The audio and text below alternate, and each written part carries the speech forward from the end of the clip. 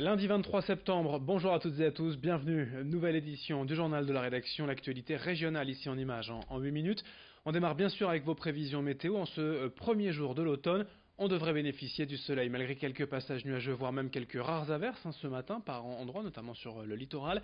Cet après-midi, tout le monde devrait bénéficier du soleil, du ciel bleu. Les nuages ne seront jamais bien loin, mais sans en conséquence. En revanche, dès demain et pour le reste de la semaine, les nuages et les pluies, cette fois, seront bien plus présents dans la région, mais ça on en reparlera. Les températures aujourd'hui, 20 degrés à Lille et à Saint-Omer, 19 à Dunkerque, 18 à Boulogne. C'est le premier jour de l'automne, la météo complète après ce journal. À la une d'abord dans l'actualité de la région, une première mondiale peut-être, enfin de l'espoir pour la lutte contre la maladie d'Alzheimer. Après 10 années de recherche, la société nordiste Halsprotect va démarrer ses premiers essais cliniques de son potentiel médicament sur une trentaine de patients. Après plus de 400 expériences et projets menés à terme, des centaines de tests ont été effectués sur des souris et les résultats sont stupéfiants. Les neurones sont régénérés, la maladie est stoppée. Aucun laboratoire dans le monde n'a jamais eu de tels résultats probants. La société nordiste vient d'obtenir l'autorisation de démarrer les essais cliniques sur l'être humain, mais il faudra toutefois encore attendre 2021 pour récolter l'ensemble des résultats et connaître l'efficacité réelle de la maladie. Explication avec le dirigeant de cette société nordiste, Halsprotect, interrogé pour nous par Rémi Desremaux. Et on a développé ce produit maintenant depuis plus de 10 ans qui s'appelle l'AZP 2006, qui est une petite molécule révolutionnaire pour le traitement de la maladie d'Alzheimer. En fait, c'est un produit qui se différencie de la concurrence parce qu'il agit sur les 3 causes majeures de la maladie et en plus, il va relancer la croissance des neurones entre eux. Donc on peut envisager de traiter des malades Alzheimer ou des malades atteints de maladies neurodégénératives à un stade plus avancé que ce que fait la concurrence. Les essais cliniques jusqu'à présent, il y en a eu plus de 400, ont été des échecs. Donc on avance, on est toujours là et on croit beaucoup à notre produit parce qu'il est vraiment révolutionnaire par rapport à ce qui s'est fait depuis 20 ans.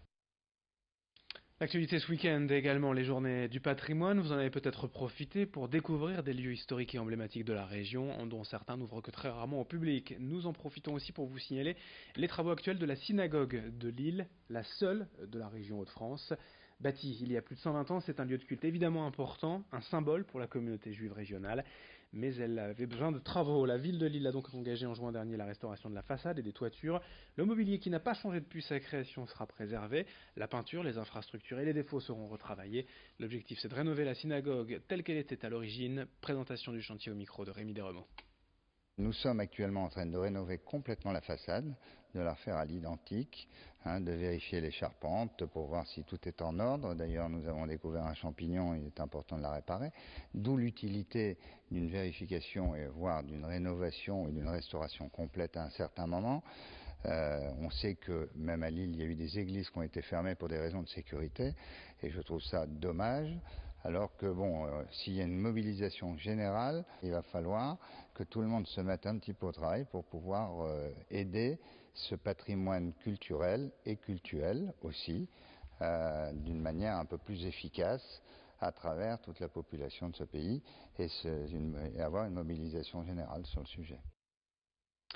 En bref, dans l'actualité également de la région, 2 dramatiques accidents ce week-end sur la route. Un nouvel accident impliquant une moto dans la région à Samé, près de Boulogne. Ce samedi, c'est une femme de 46 ans qui est morte sur la route départementale vers Doudoville. Seule en cause, selon les premiers éléments de l'enquête, elle aurait perdu le contrôle de son engin. Et puis hier à Roubaix, c'est une fille de 13 ans qui a été percutée par une voiture. Le chauffeur a pris la fuite et il est activement recherché. L'adolescente, elle, a été transportée en urgence gravement blessée au centre hospitalier de Lille. Dans le reste de cette édition, tout autre chose depuis 2016 et son lancement sur une appli téléphone, le jeu Pokémon Go compte encore de nombreux adeptes, notamment dans la région. Certains se réunissent parfois en groupe pour jouer dans des lieux publics et des fans lillois ont mis en ligne une pétition pour demander l'organisation d'un Pokémon Go Fest à Lille, un festival qui réunirait des milliers de joueurs d'Europe, du monde entier dans la ville pour des événements spéciaux. Le but, c'est d'obtenir le soutien des joueurs et de la communauté, mais aussi de la ville de Lille, sans qui l'organisation d'un tel événement ne serait pas possible. Les joueurs et intéressés seront invités donc à signer la pétition jusqu'au 1er octobre pour accueillir ce festival Pokémon Go. Explication recueillie par Florine Curec. Ce qu'on cherche à avoir, ce sera un événement sur 2020, comme je l'ai dit, pour accueillir sur 3 jours toute la communauté de joueurs Pokémon. Donc, en plus, Lille, c'est une ville qui est proche du Royaume-Uni, de la Belgique, des Pays-Bas, donc ça permet d'accueillir une bonne partie de la communauté européenne. Parce qu'il faut savoir que c'est un événement, soit un GoFest, soit une Safari Zone. Donc c'est un événement où tout le monde peut se retrouver, où il va y avoir des Pokémon mis en avant, des avant-premières, des apparitions de ce qu'on appelle des Pokémon Shiny, c'est une autre couleur qui est plus rare. Et dans le cadre d'un GoFest, les gens vont payer mais vont avoir plus d'animations, vont pouvoir avoir des choses en exclusivité qu'ils n'auront pas ailleurs. Pour terminer ce journal, à quel est le dragon? Bientôt présenté au public le week-end du 1er novembre, je vous le rappelle, pour cette machine monumentale construite à Nantes dans les ateliers de Lille, des machines de Lille. Cette grande fête le 1er novembre, on en reparlera. En attendant vendredi, c'était l'inauguration de la structure d'accueil de ce dragon. Une construction immense adaptée à la taille de l'animal. Pour rappel, fait de bois et de métal, le dragon fait 15 mètres de haut, 25 mètres de long et 5 mètres de large quand ses ailes ne sont pas déployées. Il sera possible de voir le dragon de jour comme de nuit car la structure sera faite de matériaux transparents pour que tout le monde puisse en profiter. Et à terme surtout, il sera possible de monter à bord pour une balade dans Calais à bord de ce dragon géant. Cette machine folle pourra transporter 50 passagers à son bord. Explication au micro de Corentin Escaillé. On va pouvoir monter de la passerelle. Vous voyez, donc en fait cette passerelle va permettre en fait le passage pour pouvoir accéder aux places, puisque le dragon peut transporter une cinquantaine de personnes. Donc c'est de là qu'on va pouvoir accéder en fait au dos du dragon, qui sera couché au moment où on monte, et une fois que vous serez monté, qui pourra en fait se déployer. L'actu foot avec d'abord en Ligue 1 le match nul du LOSC 1 partout hier à Rennes. Les Lillois ont ouvert le score grâce à cette récupération de balle d'Osimhen. La transmission au centre pour Jonathan Iconé qui conclut 1-0 pour les Dogs qui pensaient avoir fait le plus dur.